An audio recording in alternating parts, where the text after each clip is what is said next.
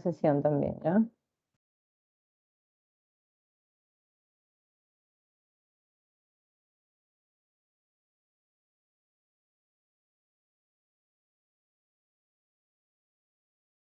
Ok, me confirman por favor si ya pueden visualizar la presentación. Sí se observa. Ok, muy bien. Entonces vamos a hablar hoy día sobre el infarto cerebral. El objetivo de la clase es que ustedes aprendan a reconocer los síntomas de enfermedad cerebrovascular, puedan conocer la clasificación específicamente del infarto cerebral y el tratamiento tanto en la fase aguda como en la fase a largo plazo o en la prevención secundaria. La clasificación de la enfermedad cerebrovascular la clasifica o consiste en LSB isquémico y LSB hemorrágico. Hoy día vamos a centrarnos en un punto específico que es el LSB isquémico. Y el LSB isquémico a su vez tiene una clasificación en isquemia global y en isquemia focal. Como su nombre lo dice, la isquemia global implica una disminución de flujo sanguíneo de forma bilateral, global, anterior y posterior a nivel cerebral. El clásico ejemplo de una isquemia global representa a los pacientes que hacen un paro cardiorrespiratorio y hay una hipoperfusión a nivel eh, total o global del cerebro. En cambio, la isquemia focal se debe básicamente a la oclusión de un vaso sanguíneo. Pueden ser varios vasos sanguíneos, pero son en territorios vasculares definidos. Y esta isquemia focal a su vez se clasifica en ataque isquémico transitorio y el infarto cerebral. La diferencia entre ambas tiene que ver con la duración de los síntomas, pero sobre todo con la lesión, si es que se produce alguna isquemia. Donde haya una lesión isquémica aguda, entonces ya corresponde a un infarto cerebral, aún los síntomas hayan remitido por completo. Manda las imágenes. Si los síntomas han remitido por completo y el paciente no tiene lesión isquémica aguda, entonces se cataloga como un ataque isquémico transitorio. A pesar de esta diferenciación, tanto en las imágenes como en la duración de los síntomas, ambas entidades se clasifican o utilizamos una clasificación que se llama la clasificación de TOAS, que clasifica los infartos cerebrales en aterotrombótico, cardioembólico, lacunar, inhabitual e indeterminado. Vamos a ver más adelante en qué consiste cada una de estas clasificaciones. Como ya lo habíamos comentado, entonces el infarto cerebral se produce por la oclusión de un vaso sanguíneo, generalmente es arterial, que causa a su vez una disminución o una hipoperfusión del territorio vascular al cual este vaso sanguíneo irriga, ¿no? Y los síntomas van a depender de la arteria comprometida y del área comprometida. ¿Cómo podemos reconocer en la emergencia o en la fase prehospitalaria que un paciente puede estar teniendo un cuadro de una enfermedad cerebrovascular? La enfermedad cerebrovascular también se conoce como el ataque cerebrovascular, el ictus, stroke, diferentes nombres para una misma entidad. Desde el punto de vista del cuadro clínico, sobre todo para la fase prehospitalaria, utilizamos una escala muy conocida porque es muy fácil de aplicar, que es la escala de Cincinnati. La escala de Cincinnati consta de 3 ítems, que básicamente consiste el paciente que cuando sonríe, la sonrisa es asimétrica, o sea, una comisura labial no se puede mover o está caída, que si se le pide que levante los brazos, un brazo no puede levantar por debilidad. El tercer aspecto es el que el paciente que habla, pero no se le entiende bien, habla como si hubiera tomado o no puede emitir palabra. Entonces, 3 de estos síntomas son muy indicativos en más del 90% que el paciente puede estar teniendo una enfermedad cerebrovascular. Cuando hablamos desde el punto de vista clínico, nosotros no podemos saber si el paciente tiene un infarto o tiene una hemorragia. Entonces, la sospecha es una enfermedad cerebrovascular, no infarto, no hemorragia.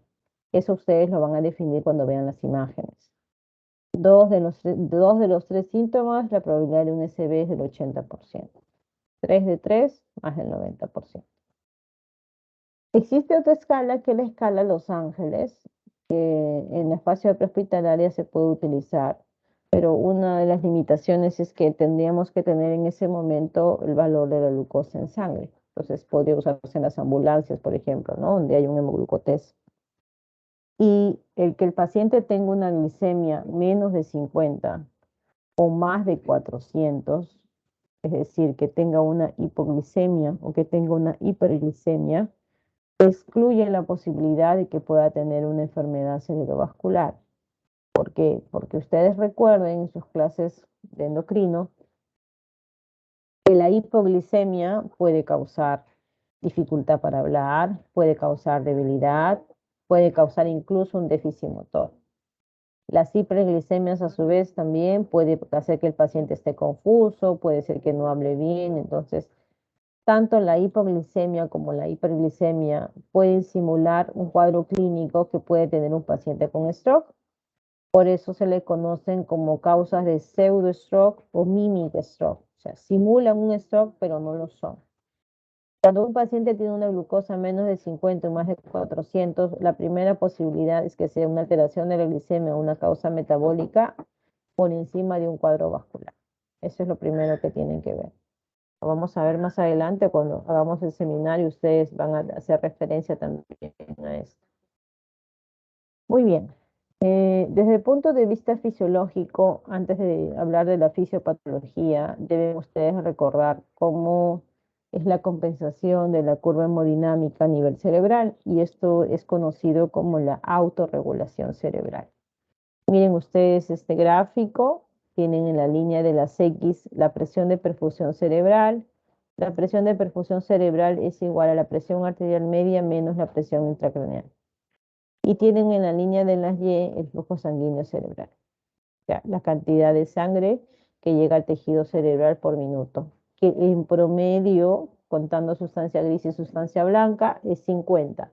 Obviamente es más en sustancia gris y es menos en sustancia blanca, pero el promedio es 50. Entonces, miren ustedes acá, está sombreada una línea. ¿Alguien quiere hacer alguna pregunta?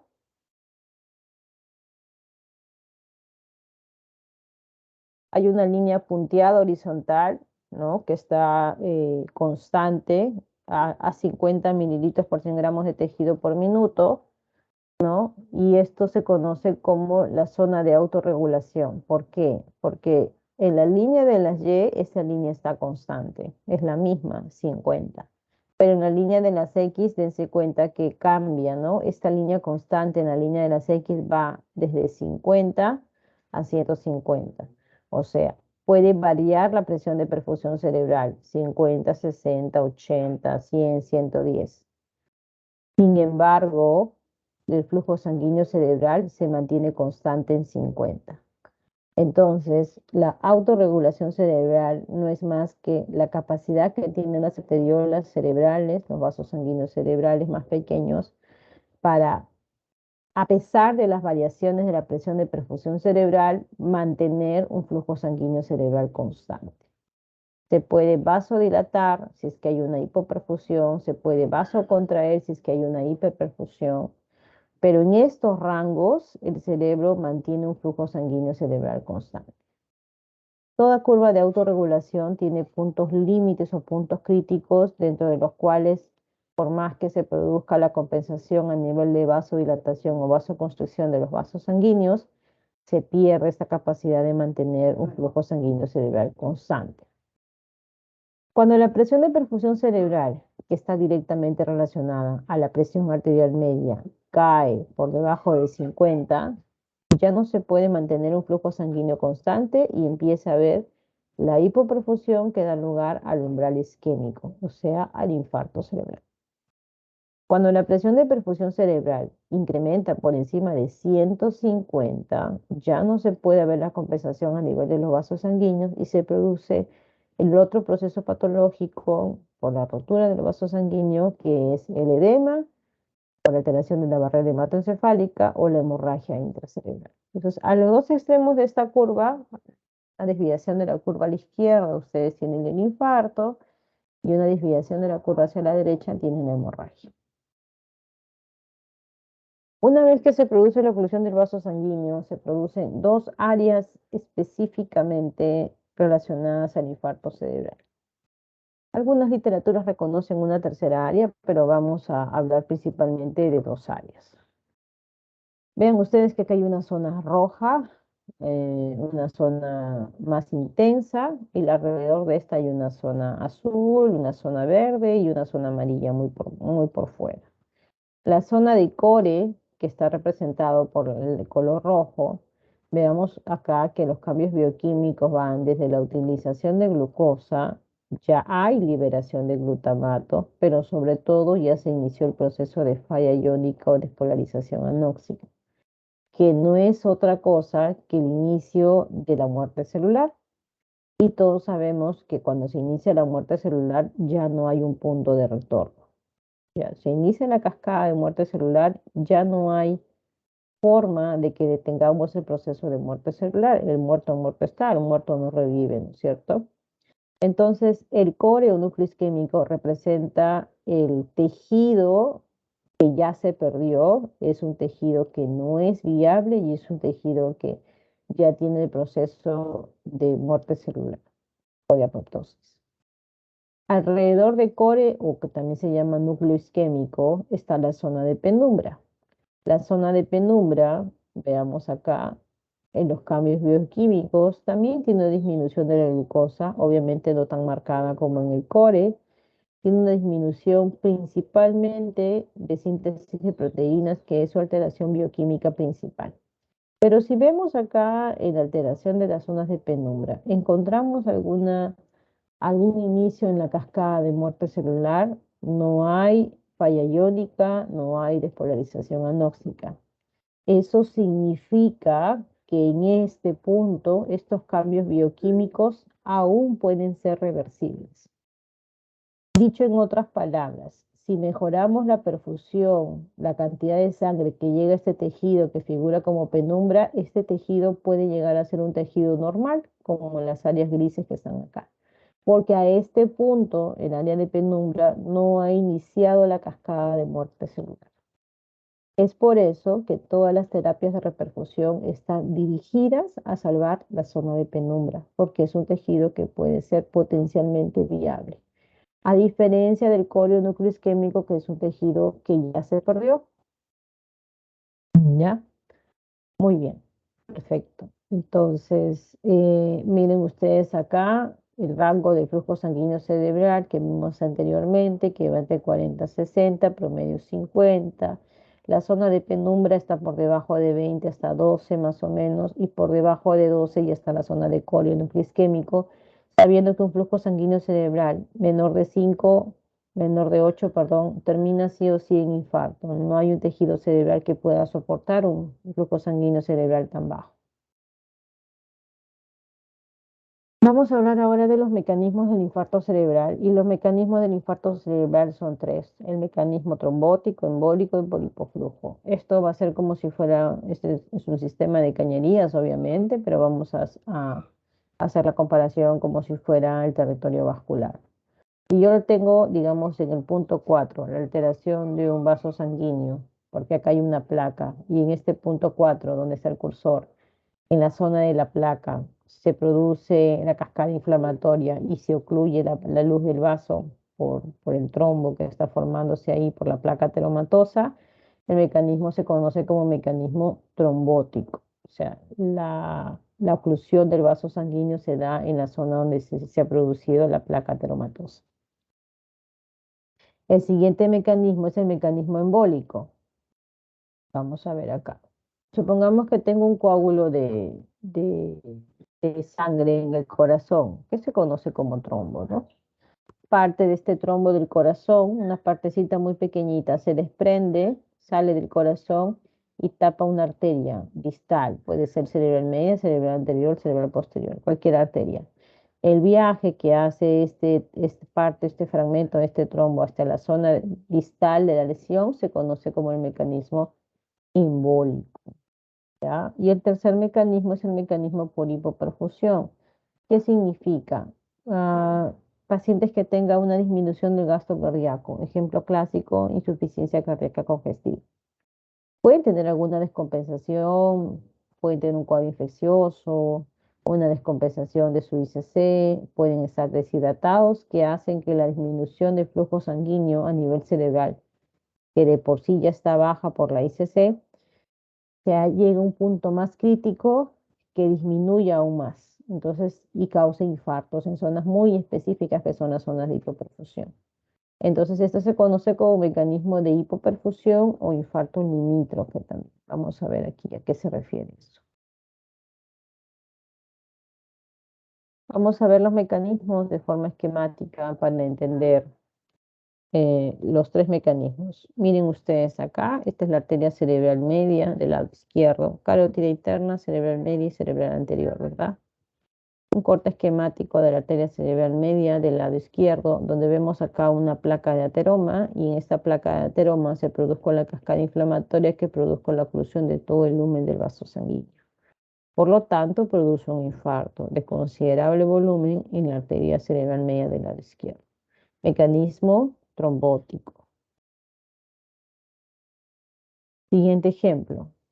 En la arteria cerebral media se ve este trombo, pero acá no veo placa de grasa, ¿no es cierto? La placa de ateroma, si regresamos a la imagen anterior, tenía en la imagen se representa de un color diferente. En este ejemplo se produce una oclusión de la misma cerebral media, pero acá únicamente se ve el trombo. Entonces vamos a ver qué pasó. Si esta cerebral media más proximal será la carótida interna. En la carótida interna se ve también un trombo, ¿no? Y parte de este trombo se desprendió de este trombo que está en la carótida interna, viajó a través de la circulación toda la carótida interna, entró por la cerebral media y ocluyó la cerebral media, casi al mismo nivel que el ejemplo anterior. Entonces, este mecanismo es un mecanismo embólico porque la fuente o la placa de ateroma o la fuente del trombo original no está en la misma zona del ACM, está en una zona más proximal. Entonces, mecanismo embólico. Y el tercer mecanismo que habíamos comentado, que es el mecanismo por hipoperfusión o por hipoflujo, tiene una característica fundamental que se dan en zonas específicas.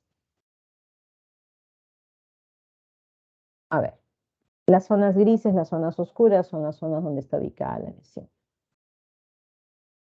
Esto es un corte coronal esquemático del cerebro y esto representa cara interna de corteza cerebral, cara externa. Esto es la cara interna, pero posterior, y esta es la cara interna anterior. ¿Qué arteria irriga la cara interna de la corteza cerebral? La parte media y anterior, interna y anterior. ¿Recuerdan qué arteria es? La cerebral posterior. No, estamos en la parte anterior, donde está el cursor, aquí. Es anterior y media. No tiene sentido porque posterior, su nombre lo dice, ¿no? Va hacia atrás, posterior. ¿Qué arteria La será? La cerebral parte anterior. media tiene que ser la cerebral anterior. La parte media y posterior sí es la cerebral posterior. ¿Y entre ambas qué arteria está? Cerebral media. La cerebral media. Entonces las zonas de hipoperfusión que están acá coloreadas con estas zonas grises tienen una ubicación especial.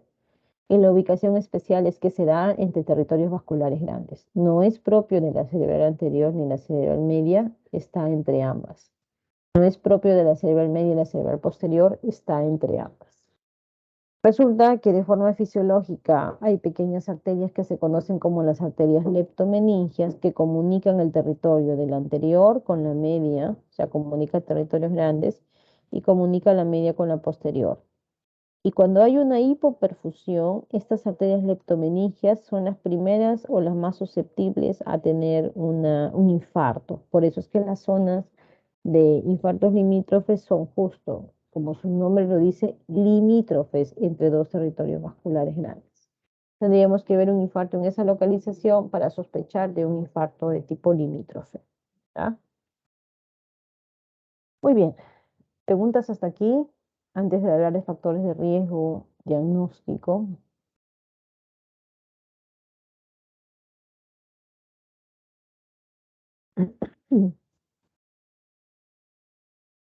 Entonces,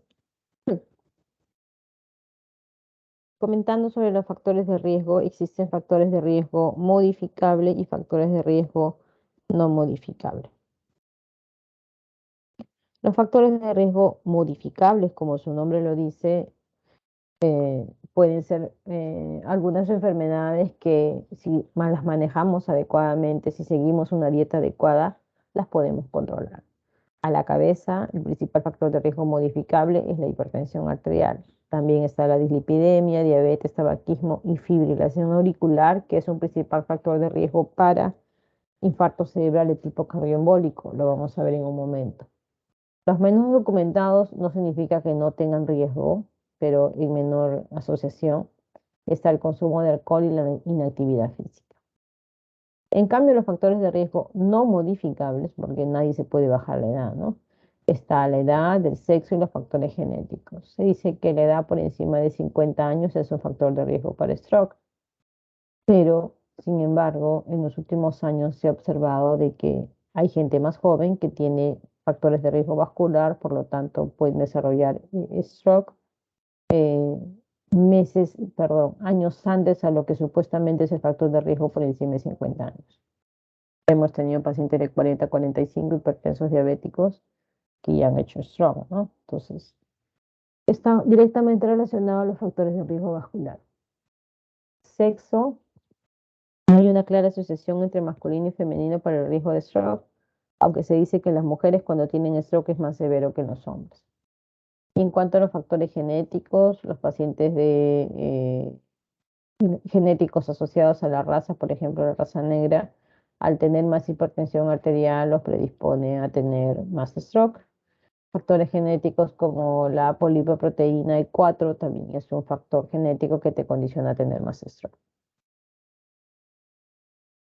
Entonces, para hablar del diagnóstico inicial, hablamos que el cuadro clínico, recuerden la escala de Cincinnati, el cuadro clínico va a diferir, jóvenes, dependiendo del territorio vascular comprometido. Lo más frecuente es que sea un territorio anterior, un territorio carotidio.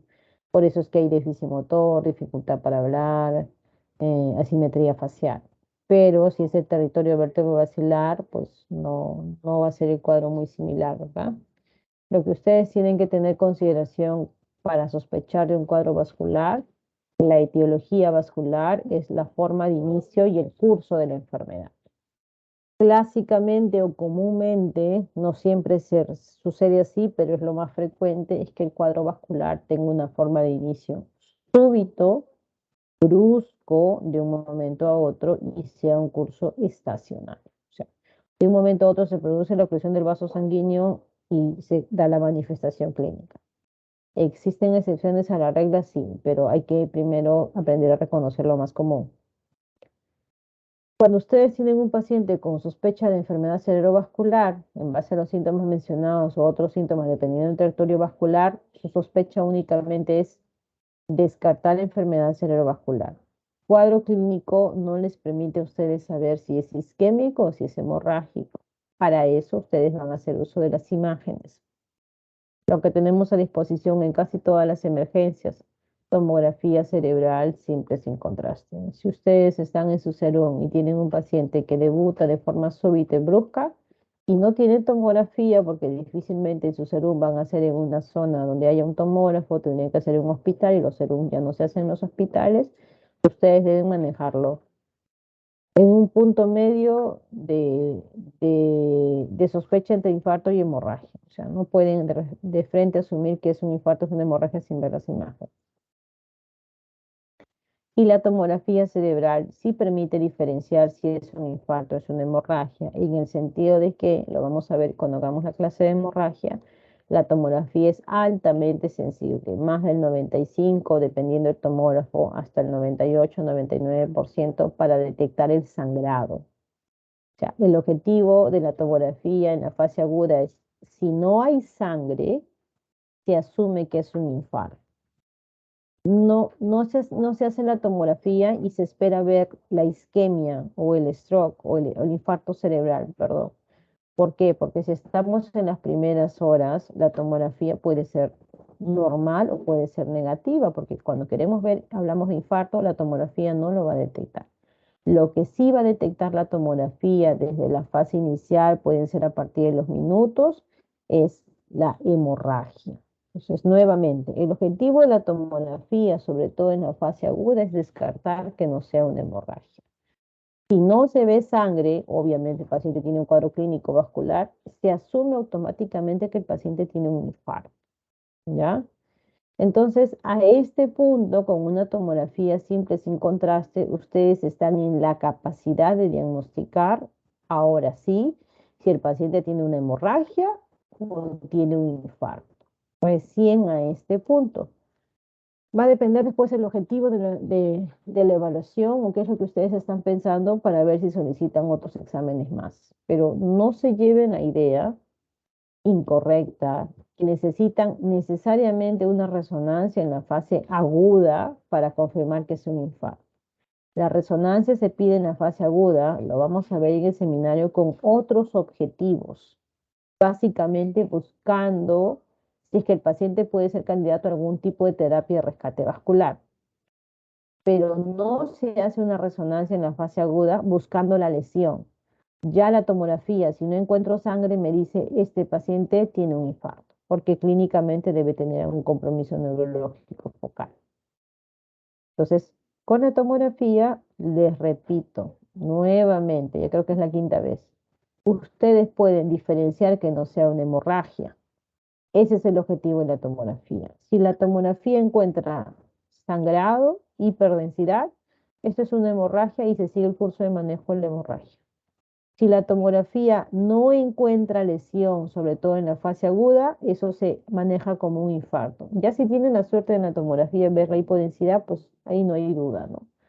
Pero no es que necesiten una resonancia únicamente para confirmar la lesión si es que la tomografía no ve nada. No, se asume que se maneja como un infarto, sobre todo porque en la fase aguda estamos muy preocupados de ver si podemos dar algún tipo de terapia de rescate vascular al paciente, ¿ya? Entonces, miren ustedes la imagen acá. Esta es una tomografía simple sin contraste, donde se observa una hipodensidad extensa, total. ¿En qué territorio es esa hipodensidad?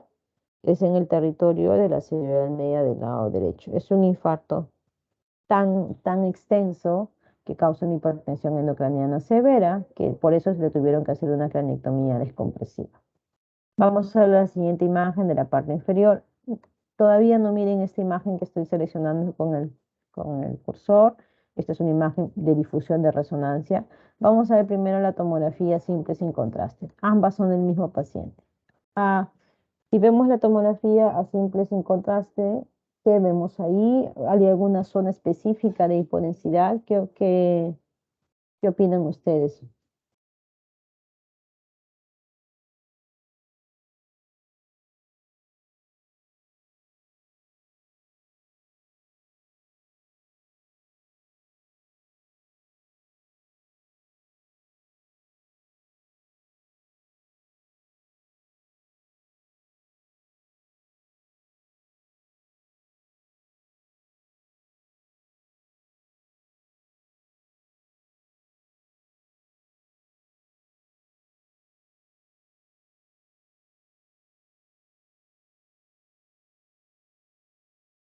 Chicos,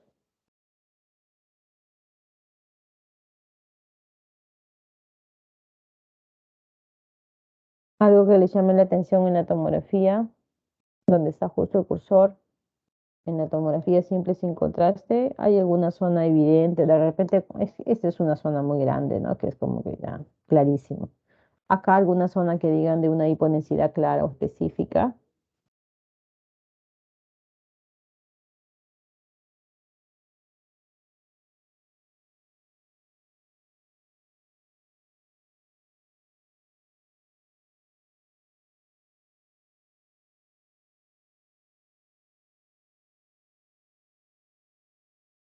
Realmente la tomografía no puede evidenciar alguna zona específica de lesión como si se ve acá. Entonces, en ese caso, si es que el paciente se le puede hacer una resonancia, no siendo prioridad en la fase aguda, nuevamente. Si yo estoy en la fase aguda y veo un paciente con déficit motor, digo, "Ah, acá no hay sangrado, puedo proceder en caso quiera hacer una terapia de rescate vascular, sea trombólisis endovenosa o trombectomía mecánica". Y eso lo vamos a discutir en el seminario.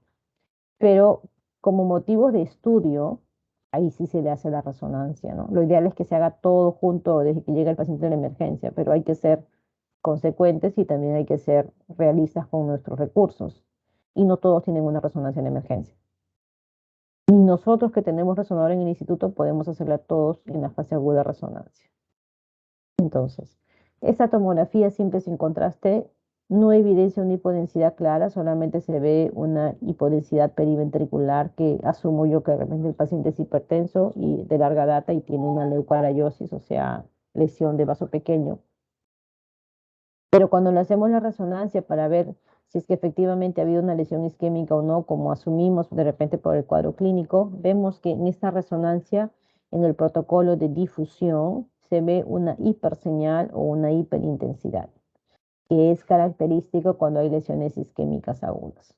Entonces, el gol estándar para el diagnóstico de infarto cerebral agudo es la resonancia con difusión, porque precisamente me permite ver las lesiones agudas, como lo veo aquí en la difusión, que la tomografía no detecta. Nuevamente, la tomografía tiene baja sensibilidad para el diagnóstico de lesiones isquémicas agudas.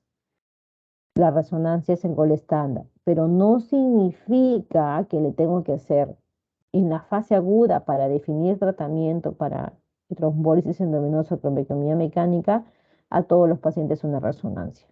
Cuando ustedes que ya han desarrollado el seminario se pueden haber dado cuenta que los criterios diagnósticos para trombólisis endovenosa no te pide resonancia, ¿verdad? Solamente te dice tomografía cerebral sin contraste que confirme el diagnóstico de un infarto cerebral o que a veces lo dicen, ¿no? Criterios de exclusión absolutos que no hay hemorragia. Entonces, para eso se hace únicamente una tomografía. Te los repito porque cuando yo pregunto en el examen, todos me ponen como si hubieran pasado la misma respuesta. Resonancia con difusión, o sea, no es el objetivo. Ustedes tienen que centrarse en qué momento de la evaluación del paciente estamos. Estamos en estudio para ver la lesión, queremos catalogar bien el vaso que se ha afectado, o estamos en la fase aguda donde queremos definir si el paciente va a algún tipo de terapia de rescate vascular. Hay que diferenciar los momentos, eso es muy importante. Otro ejemplo, este es un ejemplo más claro, más grande, ¿no? Estas 4 imágenes corresponden a una resonancia magnética. Este es el protocolo FLAIR, protocolo T2, difusión, y hay un protocolo complementario que es el coeficiente de difusión aparente o mapa CDA. El infarto cerebral en el FLAIR se ve como hiperseñal o hiperintensidad, de igual forma en el T2, ¿no? Territorio cerebral media, y en la difusión, miren la lesión hiperintensa extensa que hay en todo el territorio de la cerebral media, que se correlaciona con el mapa. Entonces la difusión, que es el gol estándar, va positivo o da positivo desde los primeros minutos, 30 minutos en promedio, hasta los 30 días. Y el mapa coeficiente CDA tiene esta correlación desde los primeros minutos, igual que la difusión, y puede ser positivo hasta los 7-10 días. ¿Ya?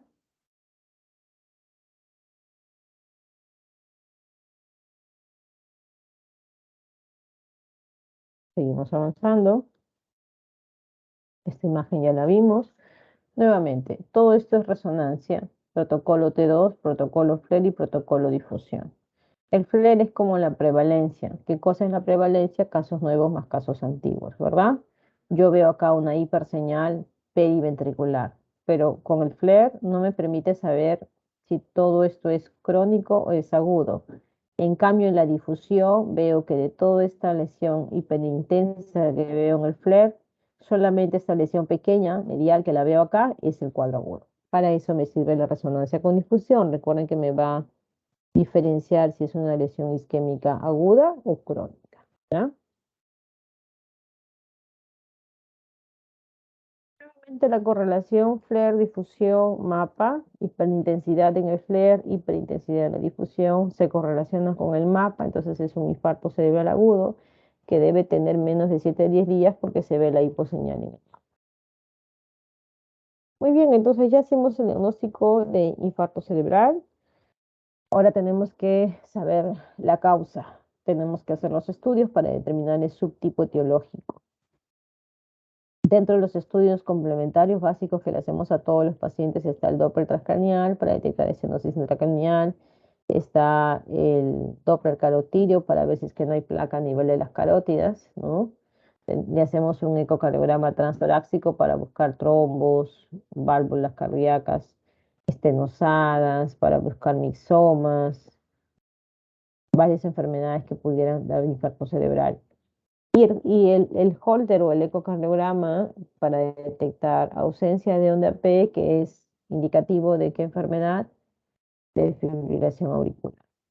En estos exámenes no se encuentra la causa, hay otros estudios que van a un segundo nivel, como Holter de 7 días, un monitoreo cardíaco continuo, estudios de estados de hipercoagulabilidad, estudios de los vasos sanguíneos, tanto angiotensión, angioresonancia de vasos supraórticos, y como parte final, para causas muy, muy específicas, raras, poco frecuentes, no se le hace a todos los pacientes con infarto, está la angiografía cerebral. ¿Ya?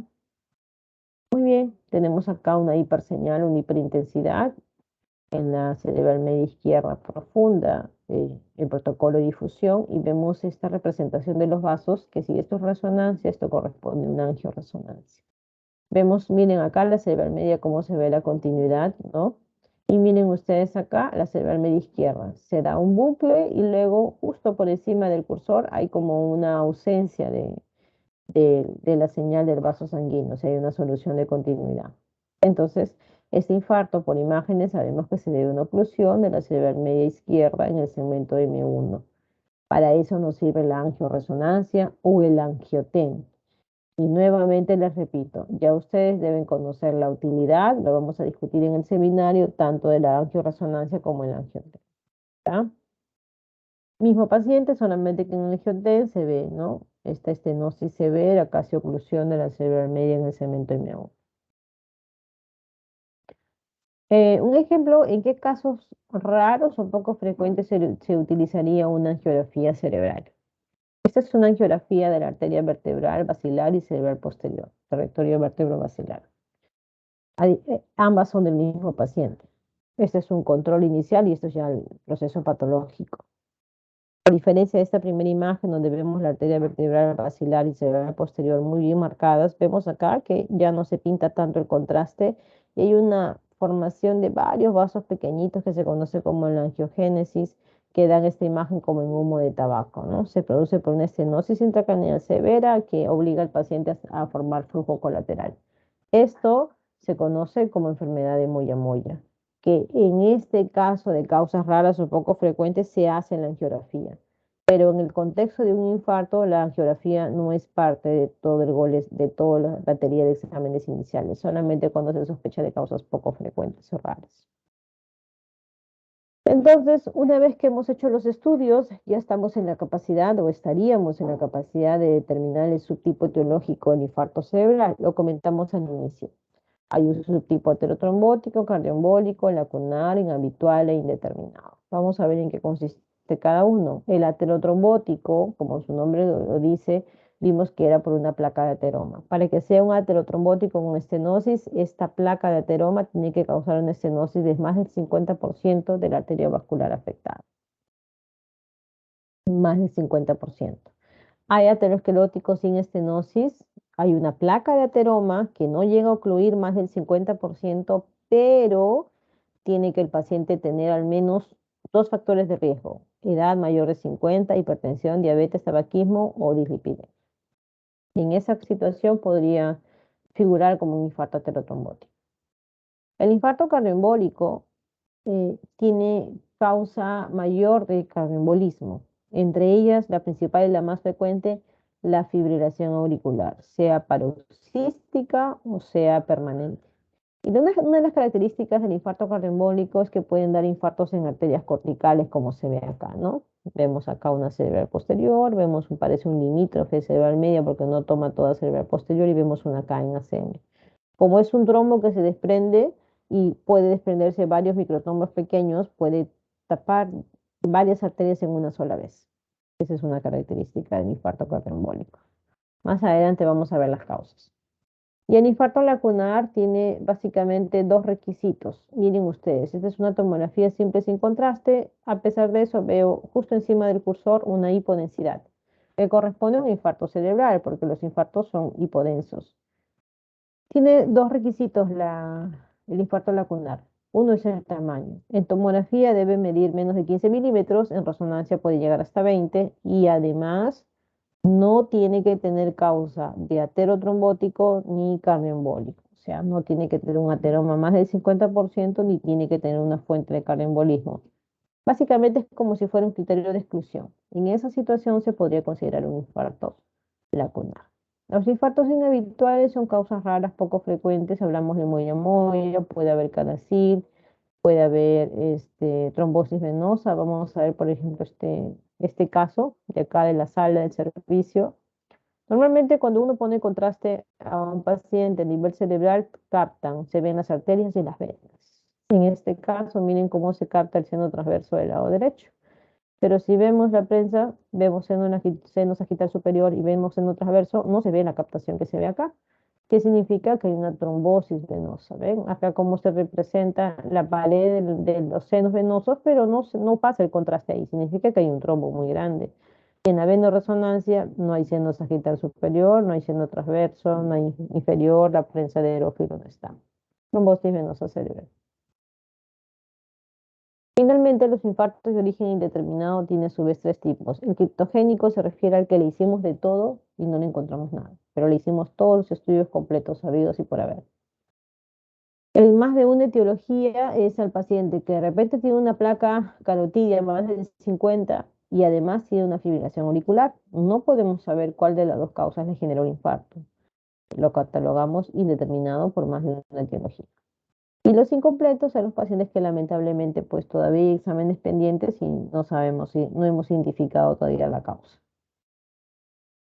Cuando llega un paciente o cuando valoramos un paciente, ¿cómo podemos saber o qué escala hacemos para evaluar la severidad? Utilizamos la escala de NIHSS, que también lo utilizamos en la fase aguda, porque esa es la forma de cuantificar la severidad de la lesión. La escala de NIHSS. Luego, cuando el paciente sale de alta, sobre todo para el seguimiento, utilizamos la escala de ranking modificado que evalúa discapacidad de movimiento. Entonces, vamos a hablar del manejo general en un paciente que no es candidato a terapia de reperfusión, porque eso siempre lo dejamos para el seminario. Se le hace protección de vía aérea, se le da oxígeno para evitar que la saturación caiga por debajo de 94. No se da oxígeno suplementario o profiláctico, perdón. Temperatura si es mayor de 38, la glicemia es de 140 a 180, se maneja la hipoglicemia, idealmente deben ser manejados en unidad de stroke, se le hace el test de disfagia. ¿Qué consiste el test de disfagia? Le dan al paciente un vasito con agua y cuando toma el agua, se le cae el agua por alguna de las comisuras o el paciente tose, se atora, significa que es un test de disfagia positivo. Por lo tanto, tiene riesgo de aspiración, de una neumonía aspirativa y se le debe colocar la sonda nasogástrica. Ese es el objetivo del test de disfagia. Se inicia la dieta lo antes posible, dentro de los 7 días, ¿ya? Y para prevenir tromboembolia pulmonar se le usan unos dispositivos que se llaman dispositivos de compresión neumática intermitente, aparte de la hidratación y la aspirina que ya reciben todos los pacientes con infarto. Y no se le pone a todos Sondafol por el incremento de la infección urinaria. En un paciente que no es candidato a RTPA, la presión se maneja solo si excede 220 con 120. Durante la infusión de RTPA, 180-105 y previa a la infusión, 185-110. Pero estos dos últimos cortes los vamos a repasar en el seminario. Luego de las 24 48 horas, la presión se maneja como cualquier paciente que no haya tenido incluso stroke. 140-90. Estos puntos de manejo de corte solamente para la fase aguda, dentro de las 24 horas.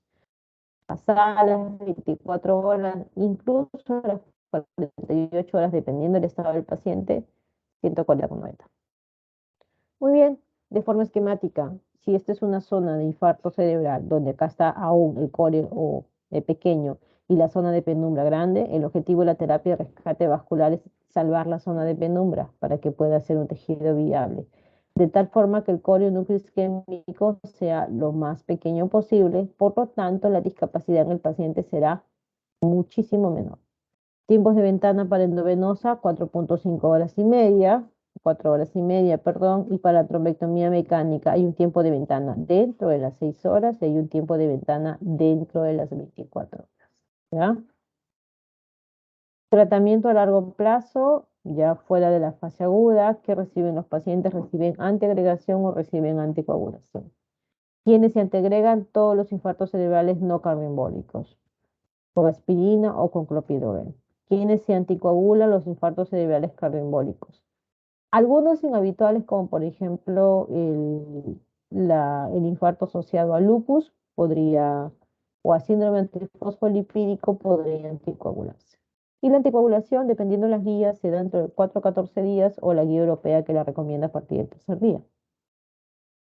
Fuentes mayores de cardioembolismo. Todo lo que está aquí debería anticoagularse, excepto la endocarditis infecciosa, que como su nombre lo dice, es una causa infecciosa, se tiene que tratar la infección, no necesita la anticoagulación. Pero todo lo demás sí.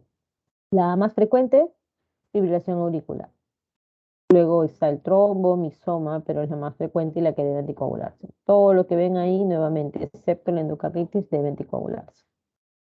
Entonces, ¿qué anticoagulantes orales tenemos a disposición? Clásicamente siempre hemos usado la warfarina, tenemos también los anticoagulantes orales directos, ¿ya?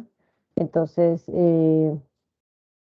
la warfarina tiene la particularidad que son antagonistas vitamina K dependientes, los factores de la coagulación vitamina K dependientes, ¿cuáles son? 2, 7, 9 y 10, lo ven acá con la flecha roja, y actúa sobre múltiples factores de la coagulación, pero actúa sobre factores inactivos de la escala de la coagulación. En cambio, existen los medicamentos que se llaman los anticoagulantes orales directos, tiene nombre de directo, porque actúa sobre un factor específico en la coagulación y actúa sobre un factor activado. Apixaban 10A, dabigatran 2A.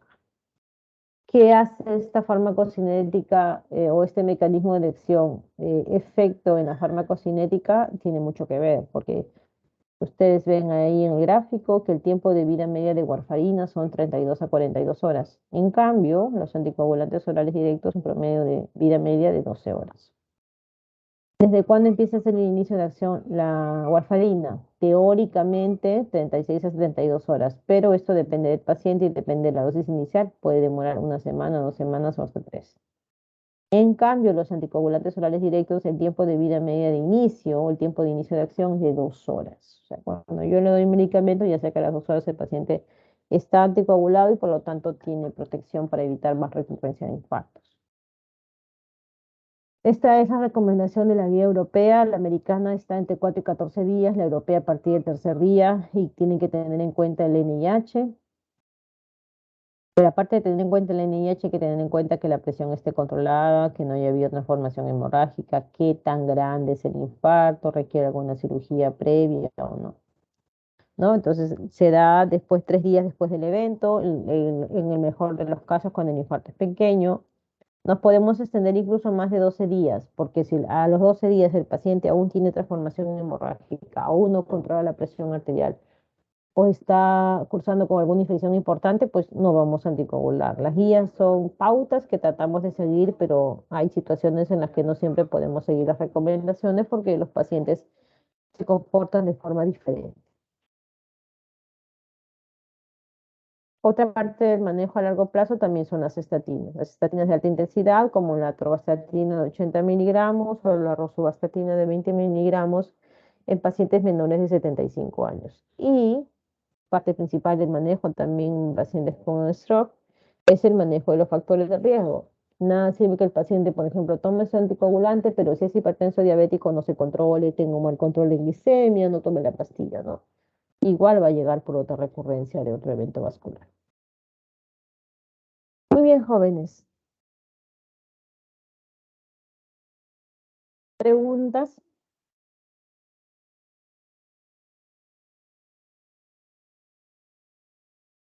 Ya terminamos con la clase de infarto. ¿Tienen alguna pregunta?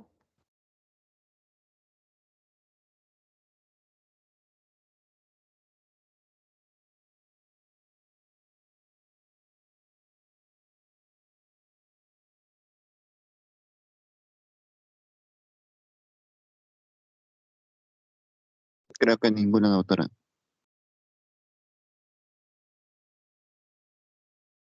Ok, muy bien. Entonces, como ya saben los delegados, ahí vamos a llevar la promoción de 2019